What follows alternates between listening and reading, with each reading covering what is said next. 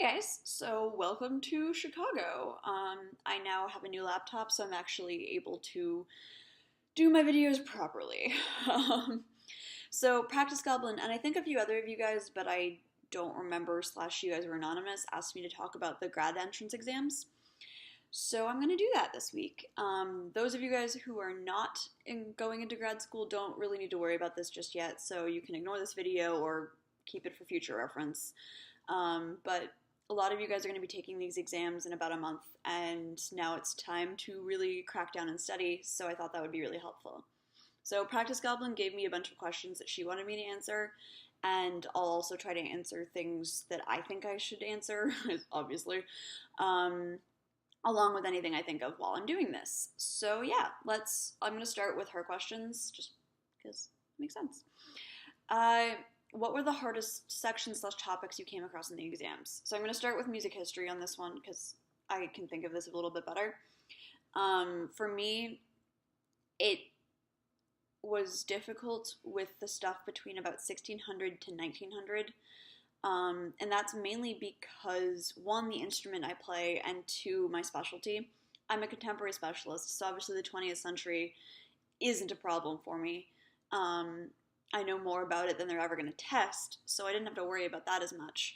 But the era where you have like a million things happening, a million different named composers that have very specific styles, and also a thousand different genres going on were really complicated for me. Obviously, you have a ton of stuff happening when you do the Renaissance and medieval music, but it's all church music. There aren't as many named composers, and you can kind of get a general gist of the idea. So for me, it was really late Baroque and classical, and then romantic music is just not my thing. So there was a really big area. Along with this question, it was also, what do you wish you studied more? And I definitely say opera, especially bel canto and like Puccini era opera. I still don't really know what I'm talking about in that stuff. So, I mean, I think my biggest suggestion for that kind of thing is look at your strengths and study them, obviously, just a little bit to refresh yourself. So for me, that would be contemporary music.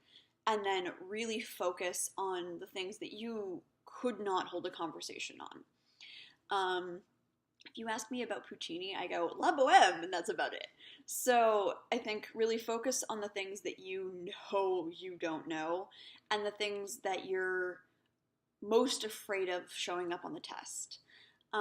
Like if you are terrified that they're going to ask you about Josquin, study Josquin, study everything about that, study polyphony. If you're terrified of them asking you about contemporary music, go through the Norton Anthology and study those composers. One thing to keep in mind with music history is that chances are that it's going to be based on the music anthologies, the Norton music anthologies, the Burkholder text. If you go to Indiana, it definitely will, since Peter Burkholder teaches at IU. But one of the first things I would do is go to your college's website and see what they say. They almost always give you some kind of idea. I'm going to link one or two that are to University of Illinois and University of South Carolina that have pretty in-depth breakdowns of what they want. And that's also something to go off of, is what other schools are doing. So answering those two questions for theory is kind of a different story. For me, or at least in Indiana, the tests for theory were broken down into three sections. There was a written, like traditional theory, there was oral skills, which is dictation, and there was a sight singing portion. For me, coming from my undergrad, my oral skills were very, very limited and very crude. So those were the sections that I was most worried about and honestly failed the first time. So that was something that I really had to work on. And didn't completely succeed, but that's nothing to be worried about. You can always retake the tests, or you can take the review course if you feel like you can't take the test. Like, don't be embarrassed about not passing the first time is what I'm trying to get across here. So for me, those were definitely the things that I wish I had studied more, and also were the hardest for me. So I don't know really what to suggest with those, but again, identify your weakness and study that. With theory, it's a little easier because they tend to give you a practice test, like with the written theory portion. So you, at least at Indiana, the practice test is exactly what they gave us in the actual test, just with all the pitches changed and everything like that. So that was great. So remember that it's also rudimentary. It's not meant to be, I'm a theory major, I know everything about theory. It's like, have you paid attention in the past however many semesters of theory that you've had, and can you recall it? So they're not going to ask you to go in depth about a French sixth chord and break it down into everything that you could possibly talk about. They're going to ask you to identify a French sixth chord, or just differentiate between the different augmented sixth chords. Like, those are the kinds of things you're going to be looking at. So it's relatively simple in terms of the concepts, but it's things that we honestly haven't thought about for a couple of years, especially if you've taken time off between your degrees. So the next thing that she asks is how to organize a study session. So I've kind of touched on this already, but one of the big things is focus on your weaknesses. Don't study the things that you know. And I know that seems really logical, but it's hard when you're studying and you're feeling like you don't know what you're doing to actually study the stuff that you don't know. Quizlet is a great resource. I will link to it again.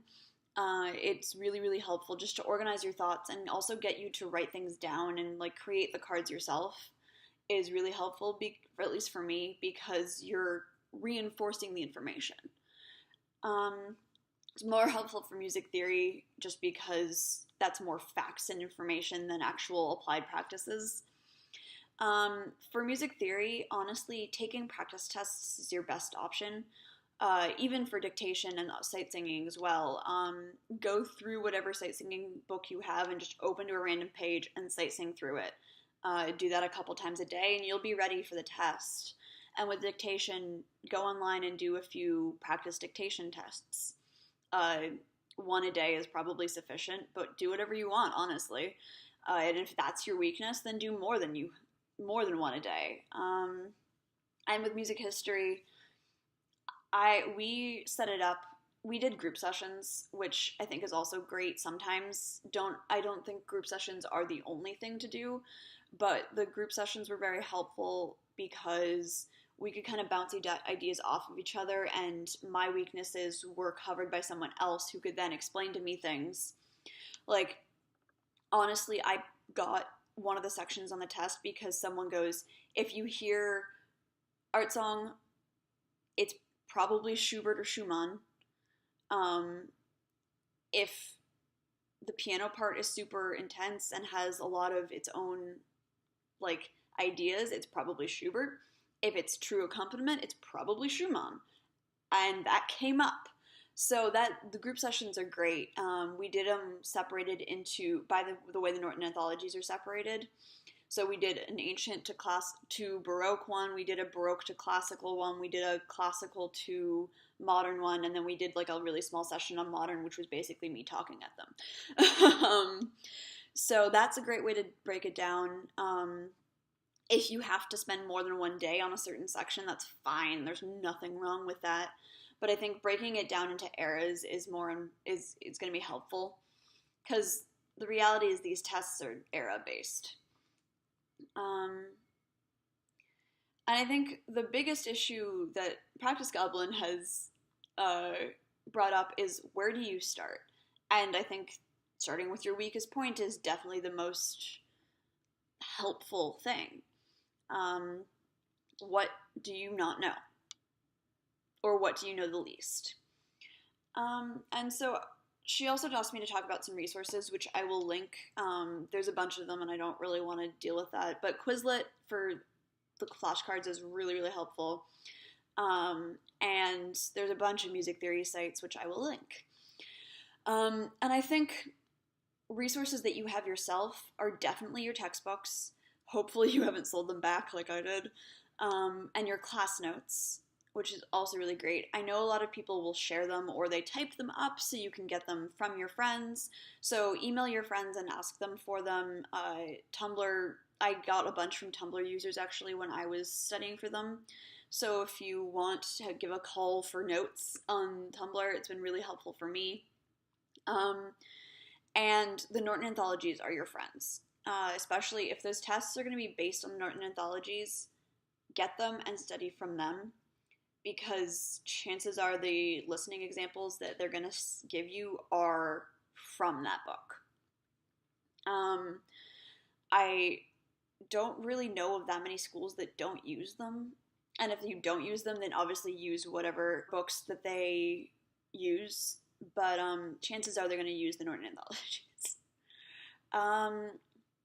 And for theory, go and see if there is a practice test, and definitely look at that one. And yeah, I think it's just repetition and daily repetition, especially for the more practical ones like dictation and sight singing. And I think my final bit of advice is don't beat yourself up about them if you don't pass the first time. So many people don't. I know people who went to Indiana for their undergrad who didn't pass them when they started their masters.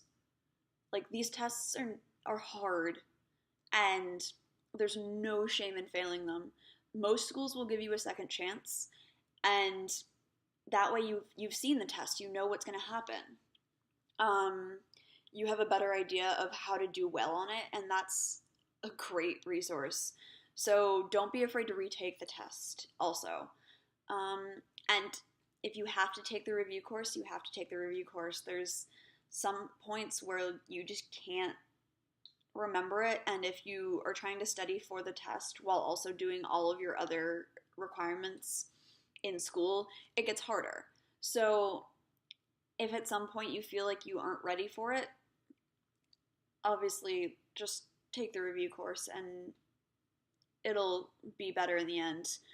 I took 2, and they were fine. They were really easy, and they got me through my degree. So hey, I don't regret it. I know obviously the point is to save as much money as you can, but sometimes it's necessary, and there's no shame in that.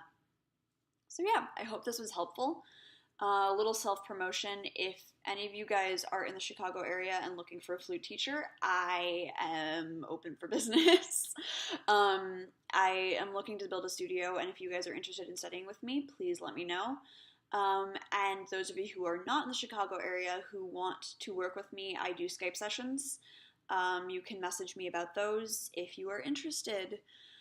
And I think that's all I have. As always, if you guys have video ideas, please let me know, and I will see you next week.